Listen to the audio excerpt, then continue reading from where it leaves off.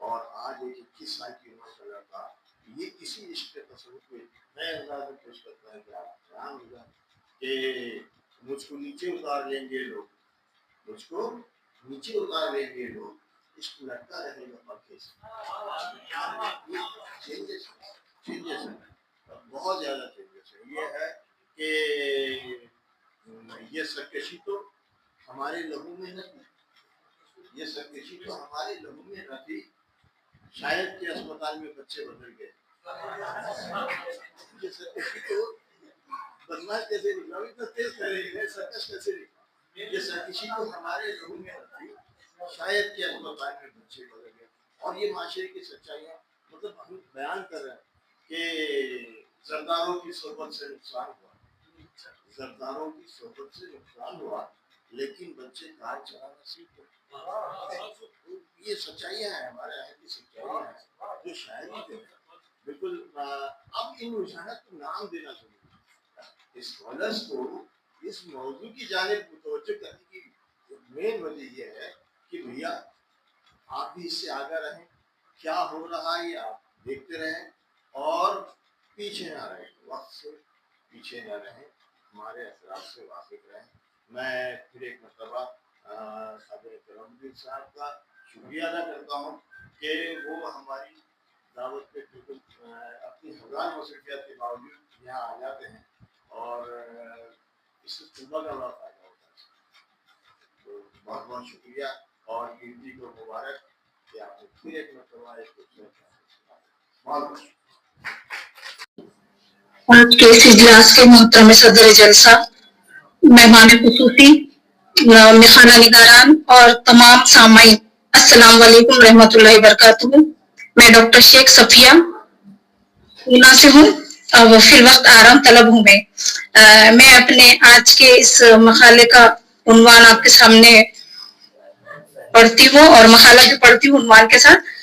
میرے آج مقالے کا عنوان ہے حلقہ ارباب ذوق شہراء کے رجحانات. حلقہ ارباب ذوق کا قیام 1939 میں عمل میں آیا اور ترقی پسند تحریک شروع ہوئی 1936 میں، لیکن ان دونوں میں کوئی اختلاف نہیں تھا. ترقی پسند ادیب اور شاعر حلقے کے جلسوں میں شرکت کرتے تھے. ابتدا میں چند اجلاس تک حلقہ ارباب ذوق کا نام بزم داستاں گویاں رہا. شروعات میں ان کا کوئی خاص مقصد نظر نہیں آیا، لیکن چند ادیب دوست مل کر جو اپنے اپنے ادب پارے ایک دوسرے کو سنایا کرتے تھے اور پھر اسی پر تبادلے خیال کرتے تھے. نصیر احمد جامعی اور شیر محمد اختر حلقہ ارباب ذوق کے بانیوں میں سے تھے. پہلا جلسہ بزم داستاں گویا کے نام سے 1939 میں منعقد کیا گیا. چند ہی مہینے بعد بزم داستاں گویا کا نام بدل کر حلقہ ارباب ذوق رکھا گیا. حلقہ ارباب ذوق کا دائرہ بہت وسیع ہو گیا اور اس میں ہر قسم کے ادبی تخلیق اور تنقید جگہ پانے لگی. میرا جی اس میں شامل ہوئے تو حلقہ ارباب ذوق اور زیادہ فعال نظر آئی، کیونکہ حلقہ میرا جی کی شخصیت اور ان کی شاعری سے بہت زیادہ متاثر ہوا. میرا جی نہ صرف حلقہ ارباب ذوق کے روح رواں تھے بلکہ حلقے کے سب سے زیادہ نمائندہ شاعر بھی تھے. وہ ہندوستانی سماج اور ماحول کو جس انداز میں پیش کرتے تھے وہ کسی اور شاعر کے یہاں نہیں ملتا. ان کی نظم تفاوت راہ میں بڑا ابہام اور اشاریت ہے. اس نظم کی پوری فضا جو ہے ہندوستانی ہے. میرا جی نے سب سے پہلے 25 اگست 1940 کو حلقے کے جلسے میں شرکت کی تھی اور انہی کی وجہ سے حلقے کو ایک واضح ادبی رجحان ملا اور حلقہ ارباب ذوق کا نام لیتے ہی میرا جی کا نام سامنے آ جاتا ہے. حلقے میں ہنس راج رہبر، کنہیا لال کپور، پرکاش پنڈت اور بیگم سکسینہ محمود کے نام شامل ہے.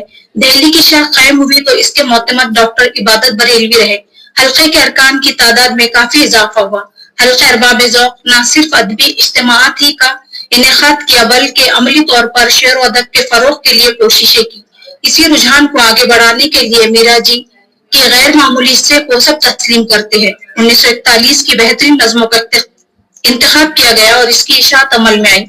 اس انتخاب میں 24 نظمیں شامل رہی جو احمد ندیم قاسمی، فیض احمد فیض، مختار صدیقی، نون میم راشد، اختر شیرانی، سلام مچھلی شہری، شاد عارفی، میرا جی، اختر الایمان، راجہ مہدی علی خان جیسے فنکاروں کی نظمیں شامل تھی. جدید نظموں کا بھی انتخاب اس میں شامل کیا. اس میں لکھنے والے ترقی پسند شعراء یا حلقہ ارباب ذوق کے شعراء یا پھر دوسرے اور کوئی شعرا بھی شامل؟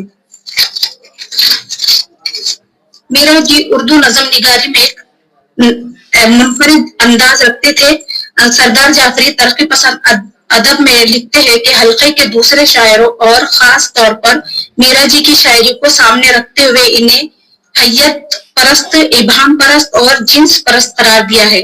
جس طرح ترقی پسند ادیبوں نے روس فرانس کے اثرات قبول کیے، حلقہ ارباب ذوق نے بھی فرانس اور انگلستان کے اثرات کو قبول کیے. زندگی اور ادب کے بارے میں حلقہ ارباب ذوق کا رجحان قدرے بدلا ہوا تھا. انہوں نے ادبی اقدار کو ملوث رکھا، ادب سے پہلے اور ادب اور ادبی اقدار کا احترام کیا. حلقے کے ایک ترجمان کے خیالات اقتباس: ہمارے خیال میں ادب کی اولین خصوصیت یہ ہے کہ وہ اول اور آخر ادب ہو. ترقی پسندی اور رجعت پسندی بات کی باتیں ہیں. جو چیزیں معیار پر پوری نہیں اترتی حلقے کے نزدیک درخورد آتن نہیں ہے. ادبی دنیا، لاہور، جولائی 1945، صفحہ نمبر 44. اول و آخر والی بات حلقے کے بعض ارکان میں انتہا پسندانہ حد تک ملتی ہے. ایسے افراد ادب کے ساتھ زندگی کو بےہودہ کلام میں بھی شمار کرتے ہیں. انتہا پسندی ایک طرح کی جدید داخلیت پسندی تھی، مگر اس رد عمل کو حلقے کے روشن خیال لوگوں میں معروف ہونے نہیں دیا، اور یہ رجحان انفرادی طور پر حلقے کے سرگرم رکن میرا جی کی یہاں زیادہ نظر آئی. ایک موقع پر انہوں نے لکھا: اگر ایک لمحوں کے لیے فن برائے حیات کو تسلیم کر لیا جائے تو ہم کہیں گے کہ فن برائے فن کے بغیر فن ہی نہیں ہو سکتا. میرا جی دیباچہ 1941، بہترین نظمیں. مرتب حلقہ ارباب ذوق، لاہور، صفحہ نمبر 11. فن پارے میں احساس، جذبہ یا تجربہ ہو اور اس کے اظہار میں جدت، تاکہ جو بات ہو شاعر اسے اپنے انداز میں کہے. حلقے نے نہ صرف تجربہ، جدت اور انفرادیت پر ہی زور نہیں دیا، بلکہ اظہار اور احیت اسلوب میں بھی ان باتوں کو ضروری قرار دیا ہے. نون میم راشد حلقہ ارباب ذوق کے بہت اہم شاعر ہے. اردو نظم نگاری کو خاص موڑ دیا. آزاد نظم کو وقار اور استحکام دینے میں ان کی اہمیت اردو شاعری میں رہے گی.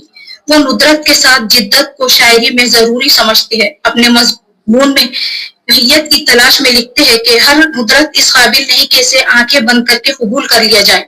جب تک ندرت کے ساتھ جدت بھی شامل نہ ہو، وہ محض تکنیک کی بے جان نمائش بن کر رہ جاتی ہے.